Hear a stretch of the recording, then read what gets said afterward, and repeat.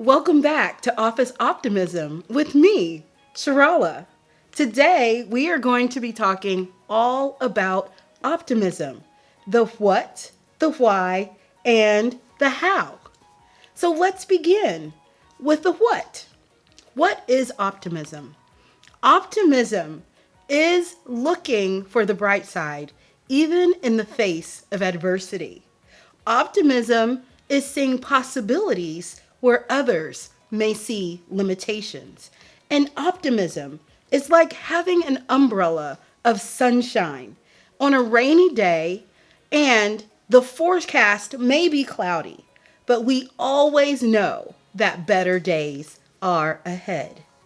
So why? Why is it important for us to bring optimism into our life? Optimism has been known to increase life expectancy. Research has told us that optimistic leaders are often engaged leaders, and engaged leaders engage employees. And engaged employees, we know what research says about them. Engaged employees always bring more productivity, which turns into more profitability.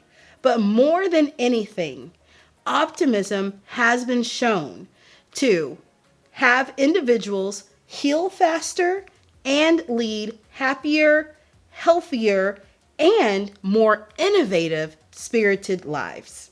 When optimism is in the workplace and leaders are optimistic and employees are optimistic, customers are optimistic as well.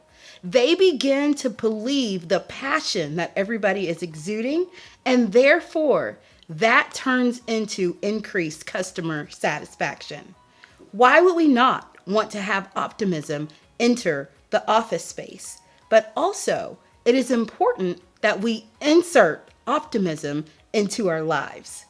So before we get to the how to cultivate optimism, we need to address what challenges we're going to tackle today. The challenges that we have in the workplace are aplenty. To start out with, we have work-life imbalance. We also have unhealthy workplace relationships. We have task overload, and we also have unregulated emotions. What's happening more likely than not are all of these impending uncertainties. And that may seem like a long list, but that's just the beginning of the iceberg. But today, we are going to start there, and we are going to show how we can cultivate optimism so that we can tackle all of the challenges that people are dealing with and facing in the workplace. With this cultivating of optimism, we are going to go through 5 different things. The very first thing that we are going to do is going to be introspection. Remember it by saying, I need to check myself. Yes, that's right. Check yourself first. Ask yourself, do you believe in the vision, mission, purpose, and goals of your workplace, of the company that you keep? Yes, when I talk about optimism, I'm not just talking about where it is that you go to work, but also with the people that you do life with. You have to believe in everything that it is that you are doing, because if you don't, it will be hard to be able to bring optimism into that space. So, if you do believe in the vision, mission, purpose, and goals, then you have a great foundation to begin cultivating optimism. But if you do not, red flag. But we are going to talk about that a little bit later on in this video. We are ready to go to step 2. So step 2, after you check yourself, it's important now that you become the example. You have to show others that you truly do believe in what it is that you are coming to work to do every single day, and how it is that you show up in life in every space that you walk into. When you believe it, then you begin to live it. And when other people see that in you, they see the genuinity that you have in all of the actions that you take, then they begin to believe it too. And also, they begin to mimic you. So that is how we start to increase positivity into every place that you go. Because when you bring the optimism, optimism starts to bring itself to you. So now we are ready to move to step 3. And step 3 is check on others. When we check on others, we have to bring communication into the equation. What's most important is that our communication is solution focused. We recognize that we need feedback in all that we do. And do not be afraid to elicit negative feedback because that is how we grow. Whenever we are working with others or we are living our lives around others, we have to be able to have communication. Great, healthy, open, honest communication sometimes does bring negative feedback. But what we do with that feedback, that is up to you. So remember that feedback is a gift. It is a gift that you could choose to open and keep. You could choose to return, or you could choose to regift. But no matter what you do with the feedback, it is important that you say thank you. Be gracious about it, because that is how we start to move along over the hurdles. Let's change our mindset and shift it from what went wrong to what can we do to make this right. The next step is taking action with transparency. Understanding challenges is one piece of the puzzle, but actually accepting and acknowledging that challenges exist is critical. Whenever a challenge appears, it is not for us to just smooth over and act as if it is not there. It is important for us to address the challenge, to identify what the challenge is, and to recognize that not all challenges can be solved. And so when we know this, what we do is we admit that, and we also look into what part of it can we actually address on our own. Transparency and trust go hand in hand. In the midst of uncertainty, it is most important for you to keep everyone around you informed.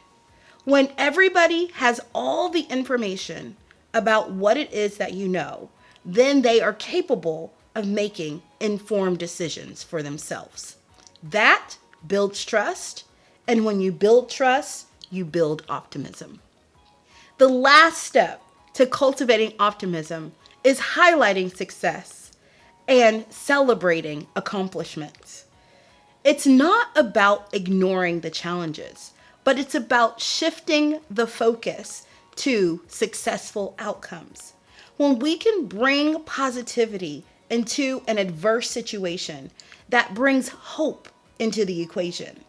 Even though times may be hard, people can see that once we cross over a hurdle, we were able to be successful. That then builds momentum and allows others to see that we've done it before and we can do it again. So with this, it is important to highlight all of the success that is achieved, bringing your focus into the positive space and taking action to let people know that even in hard times, we can still celebrate our very little victories. Now, remember at the beginning of the episode when I said, if you do not believe in the vision, mission, and goals of the company that you keep, you have to understand that optimism is something that starts from within. It is an internal drive that nobody but you can create. There is nobody or no thing that can make somebody be optimistic. or even believe in what it is that you have to do every single day. So, one thing that I challenge you to do, if you fall into that category, is ask yourself, what is it that I can change so that I might be able to find joy in everything that I do every single day? As with every episode, we always insert a joyful point. And this week, our joyful point centers around all of us that are ready to cultivate optimism. If you are ready to go out there and start inserting joy into your inner circles, I want you to repeat after me. This week, I will share a positive experience with myself, with my family, and with my colleagues. Whenever we do this, we are inserting joy into our lives. When you do that, I would love for you to share it with me as well. So feel free to share one positive thing that you did this week in the comments below.